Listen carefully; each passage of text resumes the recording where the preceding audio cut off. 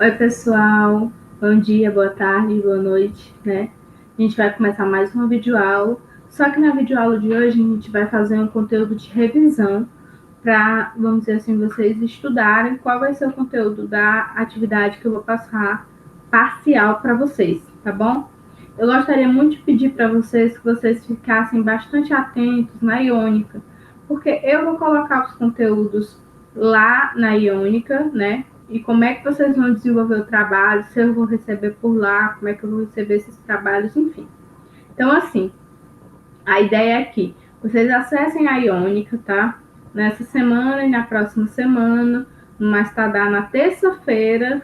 No mais tardar na terça-feira, eu vou estar colocando os conteúdos lá dos trabalhos que vocês vão ter que fazer de parcial. Então, assim, façam os trabalhos, tá? Não fiquem acumulando conteúdo, para quando a gente tiver o nosso retorno seguro, vocês estarem bem seguros e já com conhecimento desses capítulos, tá? Para não deixar passar nada, ok? Vou apresentar a tela e a gente vai revisar hoje o capítulo que eu vou trabalhar na atividade parcial com vocês, que é o capítulo 4 do livro de vocês, tá bom? Olha só.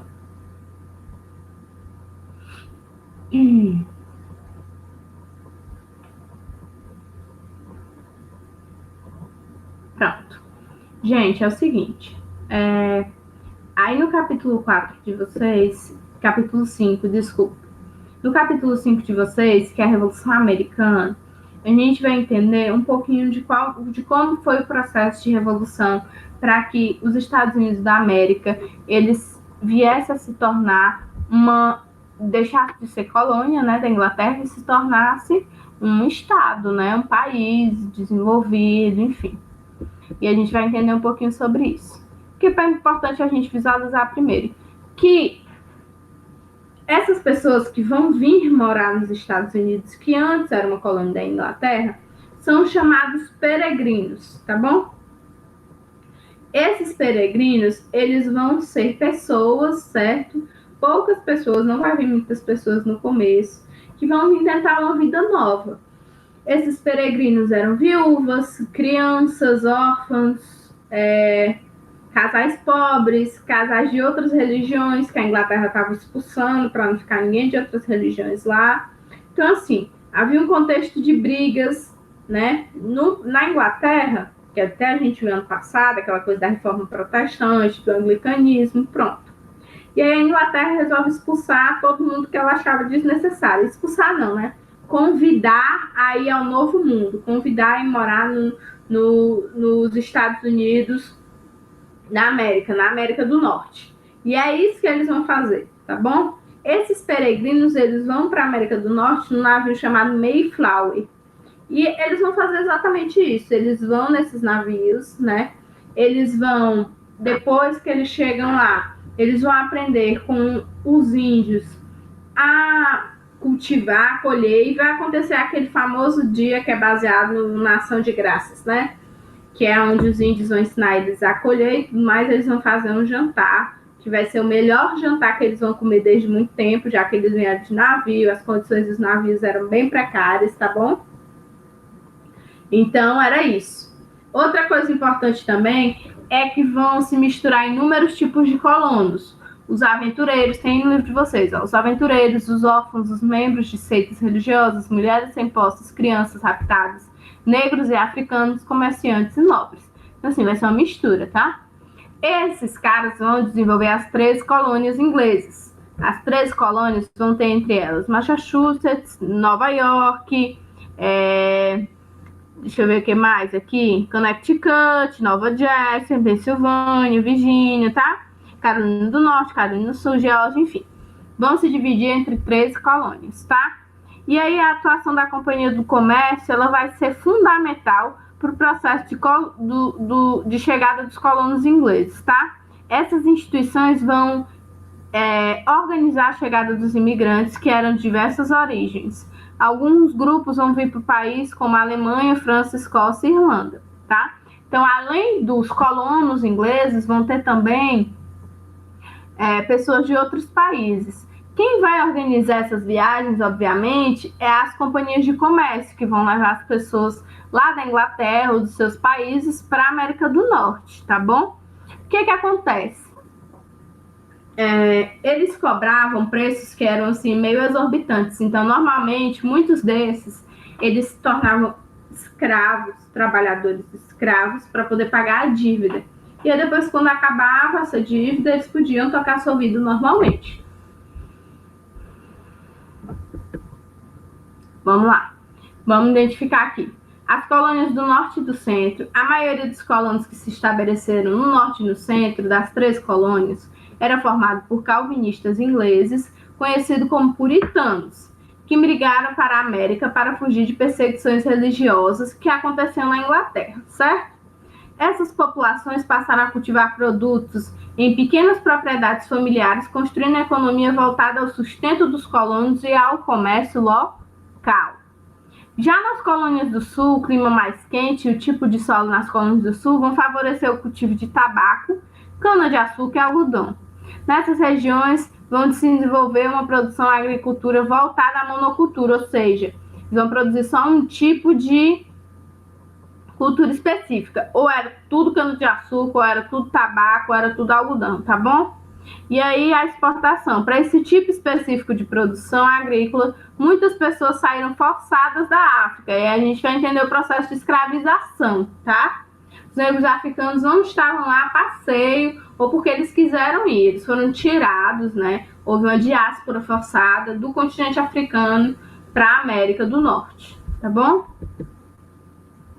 Outra coisa importante também, os povos nativos, tá bom? Que esses povos nativos, que eram centenas de povos e que tinham grande, vamos dizer assim, grande diversidade, muitos territórios, eles vão perder, né? Quase todos os seus territórios vão ser invadidos por esses colonos, tá? A gente vai ter os Sioux, os Apaches, tá bom? Os Aioas, tá? E esses vão ser só alguns exemplos da diversidade que existia na América do Norte, tá? Na época da colonização, esses povos nativos eles vão ser dizimados pelos colonizadores e suas terras vão ser tomadas e milhares de mortos nas lutas e batalhas de resistência, certo? Atualmente na América do Norte ainda existem alguns grupos descendentes dos povos nativos. Muitos deles reivindicam na justiça os direitos de posse dos territórios onde seus antepassados viviam. Tá bom? Vamos continuar. O comércio triangular. Importante a gente entender isso daqui. As colônias inglesas vão ter que tipo de comércio triangular? Vamos explicar aqui como é que era. Olha só. A rota de produtos manufaturados ia para a Inglaterra. Olha aqui, quais os produtos que ia? Tecidos, armas e joias. Ó, tá vendo? Os produtos manufaturados, ok? E a rota das matérias-primas das colônias inglesas, que é peles, tabaco, correntes, açúcar, corantes, açúcar e algodão. Olha só, então a gente vai ter a colônia nesse vermelho, nesse azul, enviando lá para a Inglaterra, Liverpool, né, e Bristol. E aí ele vai enviar lá para a Inglaterra essas, vamos dizer assim, essas especiarias, esses produtos. Chegando na Inglaterra, o ferro, os tecidos e as armas vão para a África, tá bom? E em troca disso, a África vai enviar escravizados para a Inglaterra e escravizados para a América do Norte. Então, comércio triangular, olha aí, ó, o triângulozinho, certo? Ok? Pronto. Olha só aqui, que legal essa parte. Os africanos escravizados eram transportados para a América em navios conhecidos como tumbeiros, tá? E aí ao lado tem uma cópia do século XVIII, que representa o modo como as pessoas eram levadas nesses navios. Deixa eu ver se dá para aumentar um pouquinho mais para vocês verem. Olha aqui como era, tá? E aí chamava tumbeiros justamente porque era como se fosse uma espécie de tumba. Muitos deles iam morrer ali dentro, tá? Por causa de doenças, fomes, maus tratos, tá bom? Por isso que vai ser chamado de tumbeiros, ok? Diminuir aqui. A gente vai passar. Pronto. Como é que vai ser a escravidão na América do Norte? Principalmente, assim como ocorria no Brasil, essas pessoas eram retiradas do seu local de moradia na África para trabalhar como escravizados. De acordo com os estudiosos, entre 1690 e 1860, cerca de 400 mil pessoas foram levadas de modo forçado para trabalhar na América do Norte. O trabalho dos escravizados era bastante desgastante. Grande parte deles compunha a mão de obra para as fazendas produtoras de matérias-primas, que a gente vai chamar de plantation, que era um sistema de produção agrícola baseado em 3 características: grandes propriedades de terras, mão de obra escrava e monocultura, que é quando é só uma cultura. A resistência, a manutenção dos costumes e das tradições era uma importante forma de resistência. Além dos cantos e danças, eles praticavam as suas crenças religiosas de forma velada, ou seja, escondida, certo? Além disso, o ritmo musical, o blues, ele vai ser desenvolvido no início do século XX, ele é um exemplo da tradição com origem afrodescendente, certo? O blues. Pronto. E aí a gente vai entrar um pouquinho, e bem rapidamente a gente vai passar por aqui. Eu quero que vocês se atentem um pouco mais no começo do capítulo sobre a questão das colônias, tá? Porque eu vou tentar desenvolver um trabalho em cima disso. Então a gente vai ver um pouquinho dessa questão das guerras. A Guerra dos 7 Anos vai ser uma guerra que a Inglaterra vai estar passando, certo? Que ela vai se aliar, a Inglaterra e o Reino da Prússia vão se aliar para combater os exércitos dos franceses que tinham se estabelecido da França, da Áustria, da Rússia e da Suécia por causa das disputas territoriais, tá bom? E aí o que vai acontecer? A Inglaterra vai aumentar os impostos para poder bancar essa guerra que eles fizeram. Vai ter a lei do açúcar, a lei da moeda e a lei do selo, certo? Que vão ser alguns dos exemplos de legislações que tinham como objetivo restringir a autonomia da colônia e controlar cada vez mais a política. Como assim, professora? A lei do açúcar, só podia comprar açúcar da Inglaterra, né? O açúcar tinha que ir para a Inglaterra e voltar, mesmo que eles produzissem o açúcar lá. A lei da moeda, a mesma coisa, a moeda tinha que ter uma espécie de referência inglesa. A lei do selo, a mesma coisa, os selos só valiam se fossem os selos inglês. E por fim, né, a já conhecida lei do chá, né? O que vai acontecer? A população das 3 colônias ficou bastante satisfeita com as leis, né?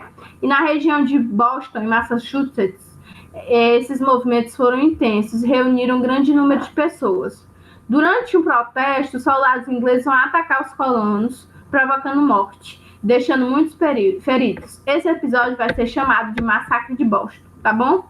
Em 1773, aqui embaixo, a situação de tensão vai se agravar ainda mais com a aprovação da lei do chá, certo? Ou seja, você só podia comprar chá se viesse da Inglaterra. E aí que a gente vai chamar de Festa do Chá de Boston, porque em 16 de dezembro de 1773, os colonos disfarçados de indígenas vão invadir o porto de Boston, atacar os navios mercantis da Inglaterra e vão jogar mais de 300 caixas de chá no mar durante esse episódio, tá bom? Festa do Chá de Boston. E aí a gente vai ter o período de declaração da independência, tá bom? E as 13 colônias, elas vão tentar se tornar independentes, tá bom? Essa declaração, ela vai ser... Nessa ocasião vai ter o George Washington, né, que é um rico proprietário de terras. Essa declaração da independência das 13 colônias vai ser um documento que os colonos vão reafirmar sua autonomia política em relação ao governo da Inglaterra, tá bom? E ela vai ser publicada em 4 de julho de 1776. Tá? A Inglaterra vai resistir, tá bom? Mas essa guerra que vai durar 6 anos, os colonos vão enfrentar muitas dificuldades, tá bom? Porque tiveram que combater o experiente exército inglês. Porém, a França, para enfraquecer a Inglaterra, né, vai fornecer apoio militar às 13 colônias. E em 1781, após forte resistência dos colonos, a Inglaterra foi expulsa da América do Norte, tá bom? 2 anos depois, a independência das 13 colônias, agora os Estados Unidos, foi reconhecida na assinatura do Tratado de Paris. Tá bom? Marquei, ó. Assinatura do Tratado de Paris. Bem aqui. Tá? E aí a gente vai entender um pouquinho, deixa eu ver aqui, como é que o governo vai se organizar. Eles vão aprovar uma Constituição dos Estados Unidos da América, né?